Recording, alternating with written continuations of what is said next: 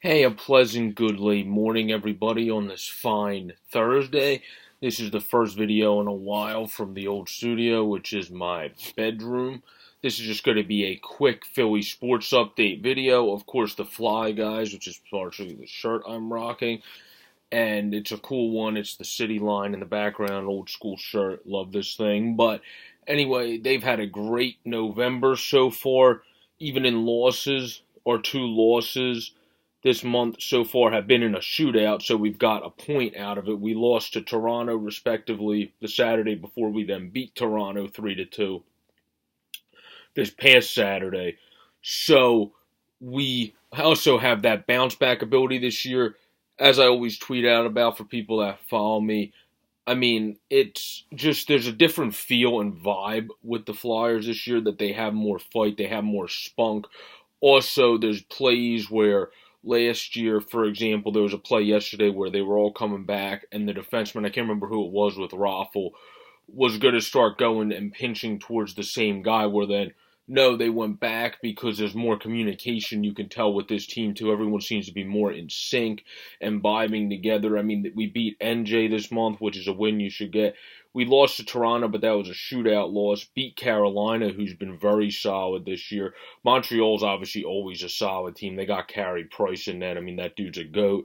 And then Toronto, we beat 3-2. We had three straight 3-2 wins, actually, against Toronto, after Montreal, and then Boston. And then, of course, we lost last night to Washington, but no bother, because we played a great game against Washington. That was a difference of Braden Holtby played fantastic. Carter Hart also played fantastic.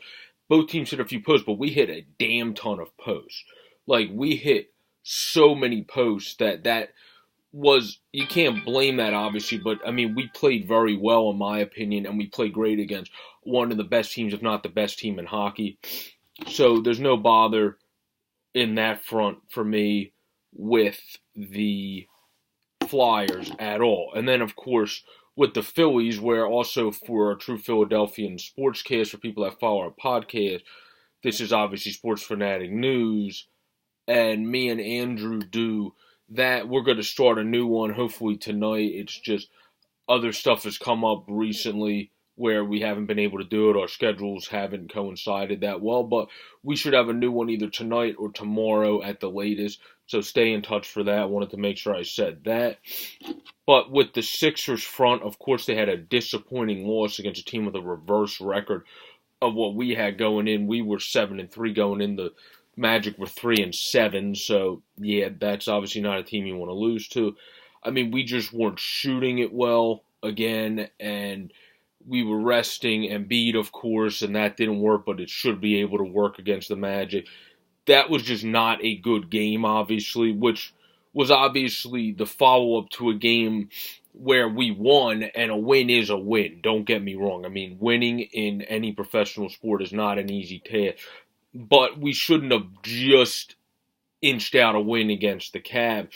And you could even tell a little bit in postgame, and B was kind of talking like, yeah, we can't have those types of games a little bit. I mean, we won, and he was kind of trying to spin it like a win was a win, but still talked about the fact that you can't have those close draw games against teams you know to win, because it pushes everybody further. So you almost could assume from how talk was in postgame that he probably would be resting the next day. And then, of course, the Sixers beat the Hornets, as they should. That was a good game by the boys. They had a very good game against Charlotte.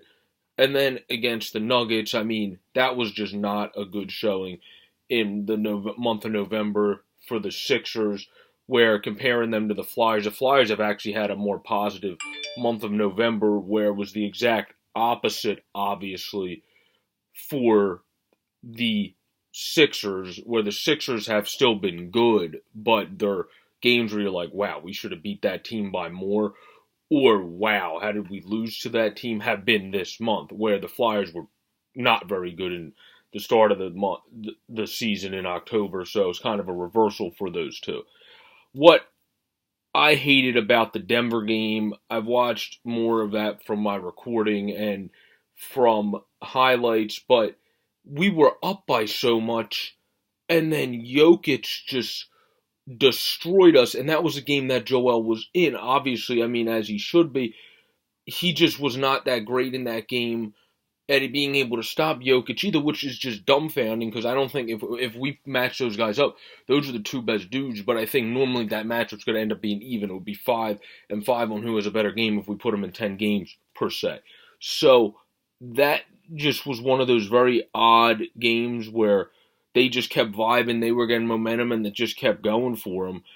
And then against the Jazz, obviously, I mean, Rudy Gobert had a great game, a double-double, but Donovan Mitchell was hitting his shit, and I mean, you had, amongst other guys, not even just D-Mitch, you had, I forget who, I'm trying to remember who, Bogdanovich was killing us, too. So, that game was something that just didn't go well, but for the Sixers, the good thing is they started off the season so well that losing these few games does not kill them that much. Now we sit at 7-4, which is 5th, and you start winning, go on a winning streak again. It's so early in the season.